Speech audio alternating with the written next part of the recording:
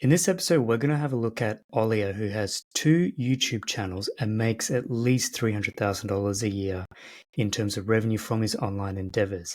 We think this is a good example of a YouTuber who's got a relatively small following on YouTube, but still has quite a high level of profitability.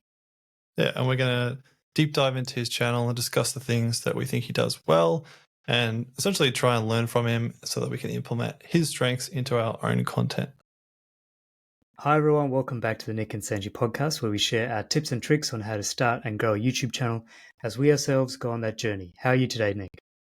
I'm good. It's a bit cooler in Melbourne, finally. The hot weather started to ease off, so I'm wearing a jumper today, which is nice. How are you? Yeah, going well. It's cooler in the mornings over here in Perth, but it does settle down a bit. Well, as in it heats up actually as it goes through the day. Yeah. Then it gets cool again, but I much prefer the cooler weather than heat when you struggle with air conditioning.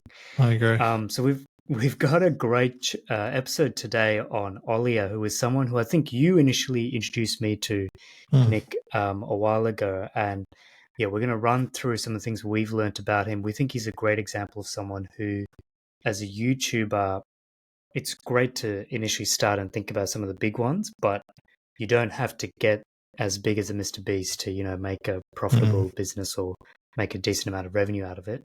And I think, our viewers will be quite pleased to hear some of the numbers I've at least estimated from his videos that he's making. So we're going to go through that. We'll call out some of our key things, and then we'll do our usual closeout.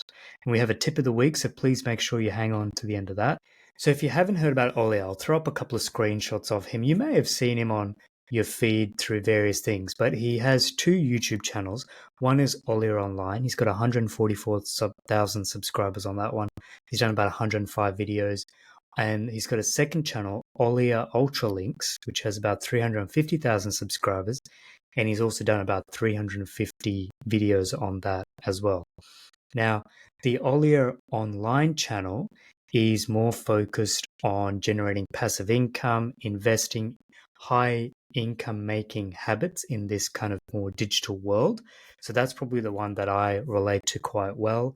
It's been around for about 3 years, the channel. And for each video, he gets between, I want to say, 10 to 15,000 and up to about 100,000. He does have some obvious outliers, but he has a bit of variety in his videos. Then he's got his second channel, which is Oliur Ultralinx, which has been around for about 8 years, which is actually quite a long time, Nick, in terms of followers we've probably been creating. Yeah. It's a bit more focused on technology, technology reviews, technology tips. Some of his more popular videos have been on things like, this is how you can use Apple Notes. These are some great iPhone picture settings, which are actually really straightforward videos, but he's done them really well. And then he's done some everyday carry type stuff. So what kind of introduced you, or what are some of the things like at a high level that you like, Nick, about Oliur and his channel and kind of drew you to him? Yeah, I think I discovered him maybe 3 or 4 years ago. And I was drawn to him, I think, partly because he does a lot of tech stuff, and I'm obviously also interested in tech. But I just really liked his aesthetic. That was probably one of the biggest things that drew me to his content. And I've spoken to a few people that I know in person who have said the same thing, that that's one of the main reasons why they like watching his content, is just because it looks really nice, like the aesthetic's really nice. I think it's had a big influence on me with my channel, like in terms of trying to make my content look more aesthetic. So I think that's kind of like one of the first main takeaways that I've drawn or learnt from Oliur, is the power of having quality footage and quality aesthetics in your content. And it's interesting, like I'd be keen to hear your thoughts, because I think it does seem to vary niche to niche in terms of the quality of aesthetics. Like some niches, it doesn't really matter what your your quality is so much, because it's more about the personality, whereas other niches, it's definitely much more important to have a quality aesthetic. But for me, like as someone who really enjoys camera gear and video production, like I just really enjoy watching his content, which is also why I think maybe he doesn't have such a massive appeal. Yeah. But yeah. Yeah, we'll definitely get into some of the detail around some of those aesthetic things and yeah, the things that we really like about it, because you're right. Like, and it's something where I think you're quite well versed in this, Nick, and I've probably learned about it along the way. But if you watch a YouTuber and you just like the way their videos look and you just feel comfortable and it feels polished, that's really important. And it's hard to put words to that. And I think you've start to put the words to it, but the average viewer will kind of just watch a video and just think, wow, this guy obviously knows what he's talking about, and it's just so slick. Yep. About it. And it's different from other YouTubers as well. And it works in certain settings. So we some of the other things about Oliur, and I think this is what probably drew me, especially, and potentially yourself, Nick, around his numbers. So we've talked about his YouTube numbers, but if you watch some of his videos about his income and how he's earning money and generating money, here are some high-level numbers I'll give you, and these are US dollars too. So firstly, he's making about $200,000 a year on digital products off a cost base of about 30,000. So there's quite a lot of money there in terms of profits per year. And these are digital things like Lightroom presets, wallpapers. He doesn't really do a deep dive background into a deep dive into the components of that revenue. At least in the videos I saw, but that's his digital revenue.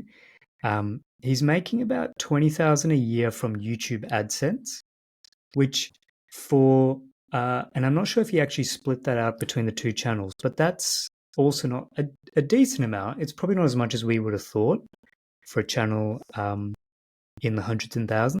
He also makes about $10,000 to $15,000 per month just from sponsorships, which I thought was quite high. So the most amount seems to be from digital products. Next is sponsorship, then AdSense. But he's also got other things like video creator courses, which I don't think he really went into in terms of the revenue. But yeah, Nick, all up, we're talking, I'm going to say at least $300,000 a year US just from his online stuff that we're aware of. Yeah, that's crazy.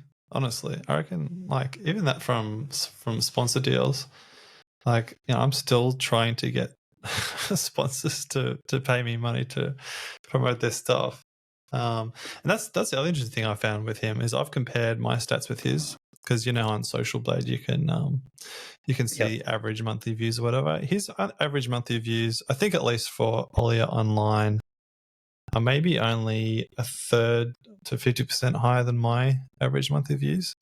So like I'm in a similar sort of ballpark. Obviously I'm a little bit lower in terms of views, but yeah, he's like commanding such a much higher price. You know what I mean? Like I find that really fascinating and interesting. I feel like that's something, like what we're discussing now, it's something worth learning from. Like, how is he actually able to charge that much? And how is he monetizing his audience so well? Obviously, he's got a lot more subscribers. But then, I guess that also means that his engagement is technically lower than mine because he's got more subscribers, but only a little bit more in terms of views. Yeah, there's a lot we can learn because we can learn a lot by just looking directly at him and then looking at him comparing to ourselves or to other people who are similar, because and we have to take his numbers at face value, but these are some amazing numbers that he's generating from, like we said, relatively two smaller channels. And he's done it well, the splits between the channels too. I appreciate his Oliur Online channel is a bit more it's a bit newer, and he's obviously tried to tack on to this niche around income generating, having different ways to invest, all of that. He doesn't go into as much detail about investing, but his original channel around Oliur Ultralinx is really interesting that he generates as much out of that size. Like it's not that big really in the whole scheme of things. But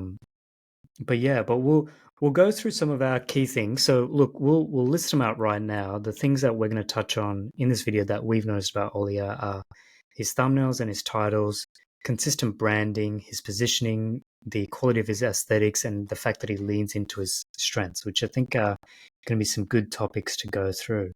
So the first thing that I certainly noticed when you introduced me to him, Nick, was the simplicity of his titles and thumbnails. And also when I was researching for this, how consistent he has actually been on his thumbnails, especially like at least the picture side.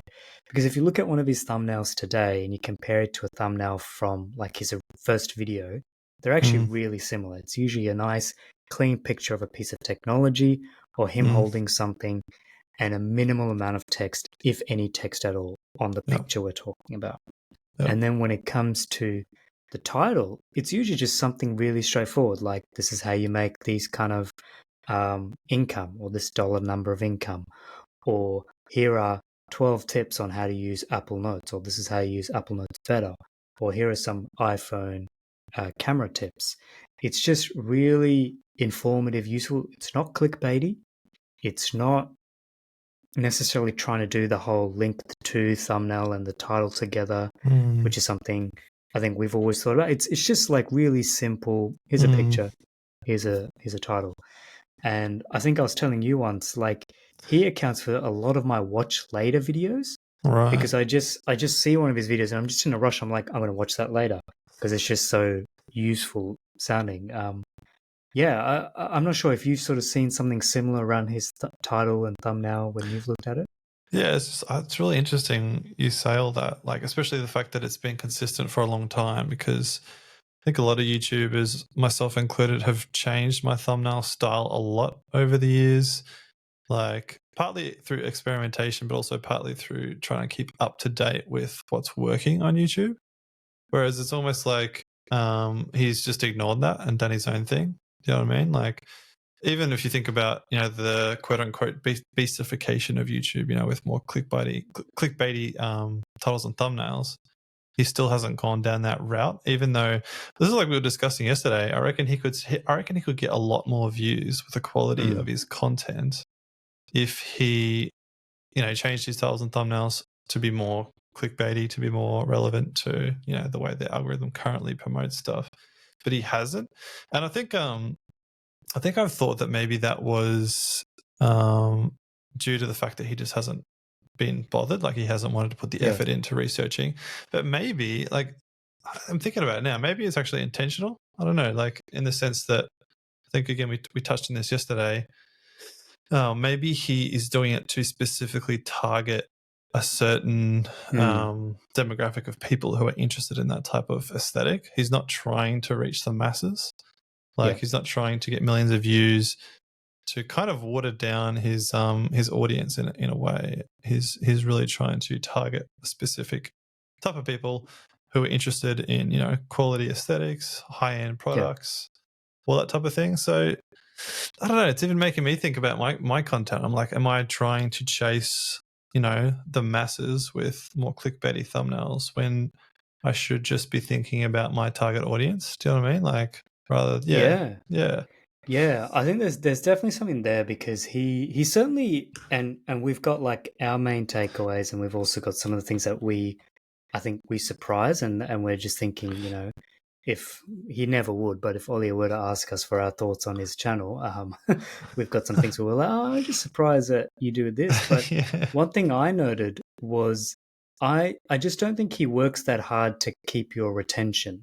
Like, Mm, um, and again, I think that's potentially an intentional thing where he's like, I'm just going to list out my video. If you're going to watch, you're going to mm, watch it. It's not like a Mr. Beast style of there's a hook and then there's, the pegs along the way to try and keep you connected. Like, um, mm, and I noticed that because I would watch his videos a bit and then I'd kind of skip around, I'd jump around, and then I wouldn't really watch the whole thing, but I'd be like, cool, that was actually useful. I maybe yep, didn't have to watch the whole thing, but I got something out of it. yep, Um, yep. so I agree. yeah, I noticed that. So I think my other thing was around, and this will be a good lead into some of your things, Nick, which is around, I just think in terms of the YouTubers who do talking head videos, and if you're someone who is new to YouTube, this is basically where you just sit there and you talk to camera. So you're not moving around, you're not doing a lot. You're just talking to camera, and there's not a lot of advanced cuts or big edits and all of that. He just has really great visual element to his videos. They just look really great, really well lit. And Nick, you'll get a bit more into this, but yeah, visually it looks great. You feel like you're sitting next to him almost, because his sound, like when I talk on my YouTube videos, I seem to be projecting really aggressively, I think, and then my editor helps cut down the volume and all of that. Whereas with Oliur, he's just so calm and so just chatting next door to you type level. Yeah. But the audio's just been adjusted that you don't have to put your volume up so high. It just sounds really good in that sense. And also in terms of editing, he's got very subtle background music, which I've always been thinking about. Is I always think you have really good background, like powerful background music, or you should have no background music. Whereas with his, it's almost like space game kind of ethereal soundtracks in the background that do kind of surge up and down, but they're really just, they're kind of there. So you notice when you hear it, but you kind of forget about it. Yep. Sets a nice mood. And yeah, and there's not a lot of on-screen stuff. He might throw some numbers up, he might throw some screenshots up, but it's not advanced stuff really. So yeah, I'm just blown away. I'm kind of reassured that you can build a channel with that simplicity. Yep. But I'm also just like, that's, I'm always comparing him to like an Ali Abdaal in terms of that feel, where Oli is probably a bit more muted colors, a slightly more down a notch style of engagement, whereas Ali's a bit more brighter colors, a bit more lively. Yep.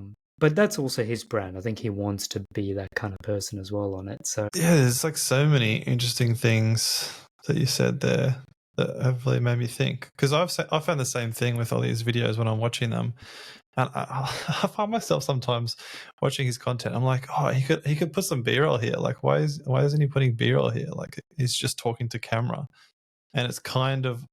I think I've also jumped around the videos a little bit because of that. I'm like, I need something more visually engaging. But then, like you say, it's a really, really good observation, I reckon, that it feels like he's just talking, like sitting next to you, having a chat with you. And I think that goes back to the whole relatability thing that we've discussed a bit before. Like, I think increasingly I'm realizing the value of relatability when it comes to content. Like, people want to feel like connected to you. They want to feel like they know you a bit. So maybe that is a big strength of his, that he feels relatable. Like, even I watch some of his cuts sometimes and I can tell he hasn't rehearsed what he's saying, to the nth degree. He's sort of saying it off the cuff. And I've seen some of his videos. He talks about how he uses dot points similar to us. Whereas I think I'm trying to do that more as well, where I speak off the cuff and more casually. But I think he does it really well. And then, like you say, the audio is also good. But then I think the other thing maybe is also his aesthetic, which is kind of what I mentioned earlier, the power of quality aesthetics. It's kind of like his relatability tied in with good quality video is kind of like a strong combo.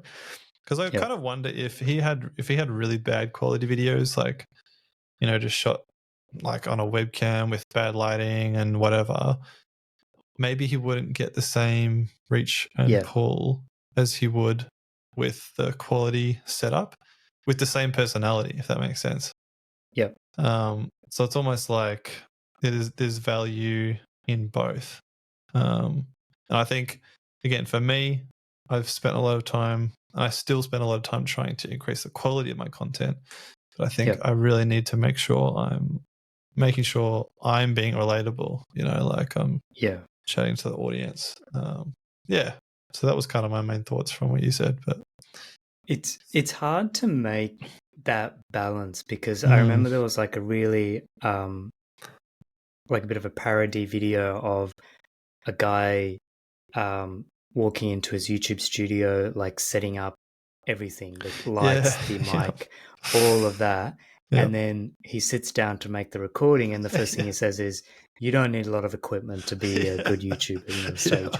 And it's exactly what you're saying. Like, I agree. I don't think Oliur's stuff, if it was just off a laptop camera or even off this kind of webcam, and he sat there telling you about how he makes 200 grand on digital sales, has a McLaren or a Mercedes and has a Tesla, you'd sort of be like, oh, okay, but maybe not. Like, really? Okay, Yeah. Yeah. Whereas the fact that he's got this amazing like visual setup, and I'll remember in the edit to keep throwing up screenshots of the visuals of his video. You just be like, oh wow, this is really quite nice. It's actually really well set up for if you have a big TV, I think. Yeah. And I Yeah. heard someone saying there's a lot of YouTube stuff going towards TV, but it's Yeah. perfectly set up for like a big TV. He's in his room, you're in your room, and you're just chatting. Yeah, I think the other big thing with having that quality aesthetic is it just adds instant credibility. Because, like you were saying, if he was just filming on a webcam with in a dingy room or something, saying, "Oh, I make $200,000 a month, whatever," or a year, whatever the stats are, people don't necessarily believe it, even if it was true, because I think that's the YouTube side coming in, where people will just make quick judgments in the first 5 to 10 seconds of your video, so that they click on a video, promising that they're going to be taught how to make X amount of money, like $5,000 a month or something, and it's a guy in a dingy room. They're like, "Oh, is this guy even legit?" Whereas when they see Oliur's room, they're like, "Oh, dang, this guy's got a pretty luxurious setup. He must have a lot of money. He must know what he's talking about." So that whole credibility factor, I think that applies as well. Again, it probably depends on the niche, but I think that does come into play as well with engagement rates. But then that kind of leads into my second main takeaway, which is kind of like positioning. So I think from my point of view, when I think of Oliur, I think of like expensive, high-end luxury goods. Like he's got a what's the car he's got? Porsche, I think it is. Yeah, probably. He's got Porsche, Teslas, Mercedes. I've seen him reference all of them, so he's probably got all of them at some point. Yeah. I think he bought a Ferrari actually recently. Yeah, he did. Oh, there you go. And so I associate him with kind of like expensive and luxury, and then I think because he's done that intentionally, I assume intentionally, that also helps him get better sponsors. Because he's attracting people who or brands who are expensive and also willing to pay a lot of money, probably, who've got money to throw around. But then also attracting that type of audience, people who potentially do have money to spend, who are willing to buy his products, who have got their disposable income to buy his products. So it's like he's really positioned himself in a specific niche with the type of content that he creates. Yeah, as you're saying that, Nick, I'm also now wondering, what do people think about my channel? I guess when I don't associate with a lot of high-end stuff, but I've got a bit of Apple tech. My car's not a Porsche, it's a Mercedes. But I'm sure if I slipped one in, it'd look okay. But and that, I think the people who've approached me for sponsorship have been very practical kind of people. They're either in stockbroking or some kind of investment side, and they're saying, we think this aligns with you.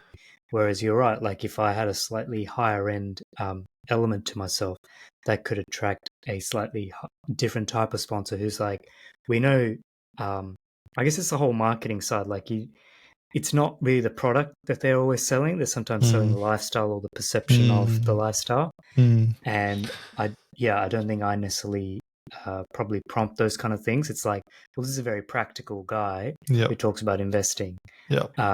So we'll sell those kind of products. Whereas with Oliur, he happens to do all this other stuff. But he's just casually wealthy. Is kind of it's kind of the vibe he gives off. Like, I'm just casually wealthy, but I do also do all this other stuff in the background. Yeah, well, I guess it depends on, again, your niche.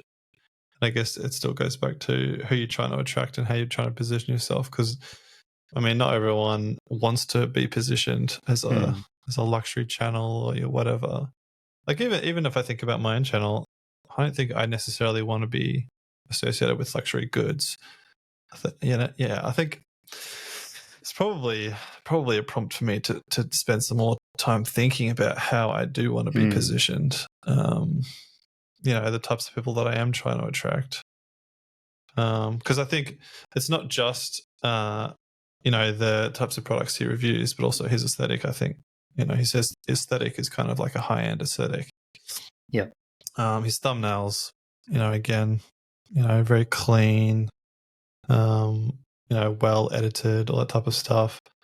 So like from even his website, like we were looking at his website yesterday, it's all very, professional and slick. So it's kind of like his whole brand from start to finish. He's intentionally positioned it towards a certain demographic.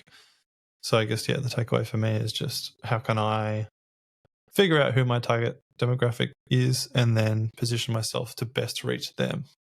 Yeah. So then, the last one for me, the last big takeaway was just how like learning how to lean into your strength. Mm-hmm. And I think for him, especially with his Oliur online channel, he talks a lot about passive income and making money online. And that seems like a strength for him because he has made a lot of money based on what he said from his online businesses. And so that's a strength of his. So he's lent hard into that and done an entire channel about it. And so in the same way for me, I'm trying to think about, what's the areas that I have experience and credibility in that I can lean into as well. And again, for him, before he even started doing YouTube, I think he had successful online businesses. I think an agency of some sort. Whereas for me, I didn't have that kind of, high level experience in any one area. I had a bit of experience in video editing and production. And so that's kind of where I've moved towards and developed some experience in that area over time. But because again, that goes back to the credibility thing. I think for me, like if you don't have credibility in the area that you're talking about, then people won't want to pay attention to you. So we'll move on to some of his more surprising elements, which is probably our delicate way of saying there's just things that we think he could have done better, or we're just surprised he's as successful as he is considering these things. So one of the things is, I guess we'll start with the high income. Like I think we're just both genuinely surprised with how much he's making in general. But at the same time, the more I think about it, there's a lot outside of YouTube he seems to just make income out of. Because certainly his YouTube channel is not the one that would scream 300 grand a year from revenue. So that's probably the big call out for me, is thinking, what can I do to, what can I do to generate income outside of YouTube? And to some extent, from digital products or from whatever it is, but it has to be organic. Like it can't just be, it could be something I just start because I have to start selling something. Otherwise it just, if I wait for the perfect idea, nothing may happen. Yeah. But that's only been, my takeaway. I'm not sure, Nick, you're already quite good with the diversification, but it's probably prompted you to think similar things. Yeah, definitely. Because I think, to me, even just talking about what we just talked about, it's like it kind of helps explain to me why he makes so much money, because he's done so well at targeting a specific niche of people and attracting the right types of sponsors. But yeah, like you said, I think he has, because he's got that prior experience with online business. I think he's had a lot of experience, trial and error with creating products, testing products, etc. Whereas I know for me, like I'm still at the very beginning stages of just getting into that type of thing. So I think, kind of like you were saying, I think it's a lot of trial and error. And if we just get in and give it a go, I think that's the best way to learn. So yeah, that's my big takeaway for that. Yeah. Another one is around what I would call the relatively low engagement on his videos. So he puts out videos, but he doesn't get as many views as you would think he should get. But like you touched on earlier, that's potentially his intention, is to not necessarily be so broad, but he just has a few people that are constantly watching. So I wonder what his subscriber to unsubscribed count is in terms of who is watching his content. I think for me, it's about 80-20. So not a lot of people who have subscribed. Not a lot of my subscribers actually watch my account for a lot of my videos. It's mainly people who haven't subscribed that have sort of discovered it. The other thing I would put in here is it just doesn't seem like he's retention oriented. Like it's just really good informative videos. But because of the chapters element, you can kind of skip ahead and be like, cool, I know what he's going to say here, or I know what he's going to say there. And yeah, it doesn't seem as polished. Like, I think all of us, including Mr. Beast, can probably put out a video and then a month later come back and look at it and say, I can probably cut out 10 to 20% of this content. Yep. I didn't really say anything useful there. And similar, I think, with some of Oliur's stuff, there are points where he's not really saying anything new that he could cut out. But again, you know, maybe his style is it's very casual chat. I'm not trying to target retention. Yeah. Yeah. Again, I find that really interesting because it's like, even with my own content, I definitely try and prioritize efficiency of communication. And if I go off topic or ramble too much, I'll cut it out.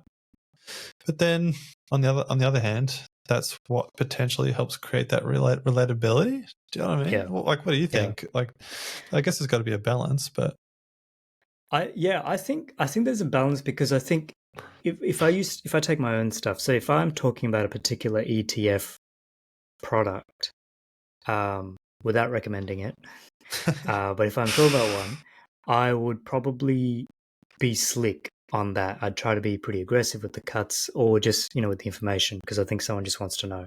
Yeah. But if I was talking about a strategy, then I would probably, or I should let myself go a bit in terms of just explaining my thinking around things.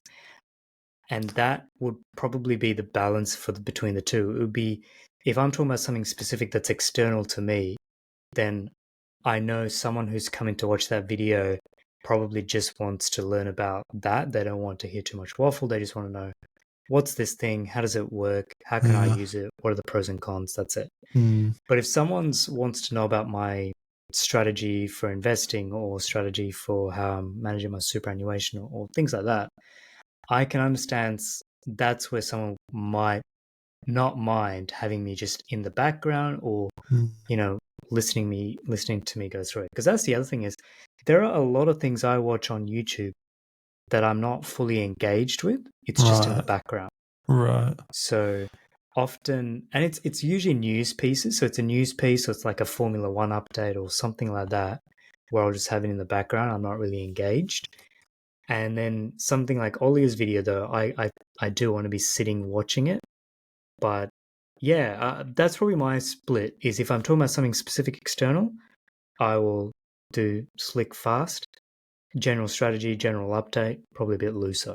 I'm even thinking maybe a third option could be have a slick hook and intro at the start that really gets people, okay, someone like I'm going to get some value from this video, so I'm going to stick around. And then once they're sort of engaged in the video, maybe that's the time that you can afford to go on small tangents or whatever a little bit more to create that relatability because you've already got the person engaged. And maybe that's the same thing with Oliur, because like you said, a lot of his titles and thumbnails you find engaging, I guess, because you want to watch them. So and it's almost like you're prepared to sit down and actually spend the time to watch it because you're putting it into your watch later list. So it's like he's hooking the people in with the title and thumbnail. He's promising something big, like this is how you make however much money on the internet a month or whatever it is. And then once they're into his video, he's got that relatability. So it feels like you've sat down with a friend. I don't know. That's really interesting. It's making me think a lot about my content and how I can try and do that with my stuff. Yep. Good. All right. Well, let's close with our tip of the week. And today's tip of the week is brought to you by Nick, inspired by Oliur. Yes. Tell us, Nick. Tell us. It is 3-point lighting. That's my tip of the week.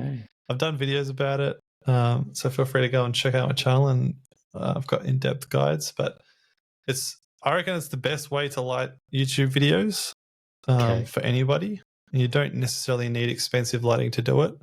It's a lighting technique, and I'm using it right now actually. So the way it works is you've got your main key light, and I put it up to one side so that lights your face on one side, and then you have a fill light So if you've got no fill light, because it's coming from one side, there's shadow on this side of my face. Yes. But yes. my fill light is currently in my monitor because I've got my monitor in front of me. So I've got a big white page. So that's Yep. creating some light. And then the final light is a rim light or a hair light. And that's basically a light from the opposite side to your key light that creates a bit of an outline. So currently my rim light is kind of like my window, essentially. Yep. It's creating a bit of an outline on this side of my body, my shoulder and my head. And that just helps create some separation from the background so you don't blend too much into the background. So 1 light, 2 lights, 3 lights, that's pretty much all you need to set up a pretty good looking lighting setup for most people. And again, you don't need expensive stuff. You can have a simple light as long as it's diffused here. I used to use that lamp just there. I used to use that as my hair light, rim light. And then I'm using my monitor as my fill light. So you don't need anything fancy. Just need the right technique. What about this is good because I'll admit I didn't know about the 3-point light. But what about the lights you have in the background? Yes. I thought that was going to be the third light. So is that sort of part of the 3 light, or that's sort of the added bonus extra thing that you should also do? That's a good point. Technically, you'd call them practical lights because they don't, even though they don't do anything aside from look good, but they're known as practicals. I don't understand the reason that is, but they're basically just for visual interest. That's what those lights are there for me at least. Like that one and that one, they don't actually shine on me. So it's always nice to add some visual interest lights in the background as well. It works because if I think about it, I've probably looked, other than looking at your face, I've looked at those lights specifically. I haven't really looked at the bookcase. I've noticed the chair. I've noticed, the Polaroids in the background, but my eyes, when I'm not looking at you, I'm usually looking at one of the bulbs, which must be an interesting element of how eyes work. Nice. There you go. Yeah. Good. All right. Well, and sorry if you are listening purely on the Audible, you might not have noticed that. But if you are watching visually, I hopefully have put up some screenshots of this happening in live time. I'm learning. We're using this new platform called Riverside. Well, it's actually the same platform we've been using for a while. Link in our description below if you want to learn more and sign up to it.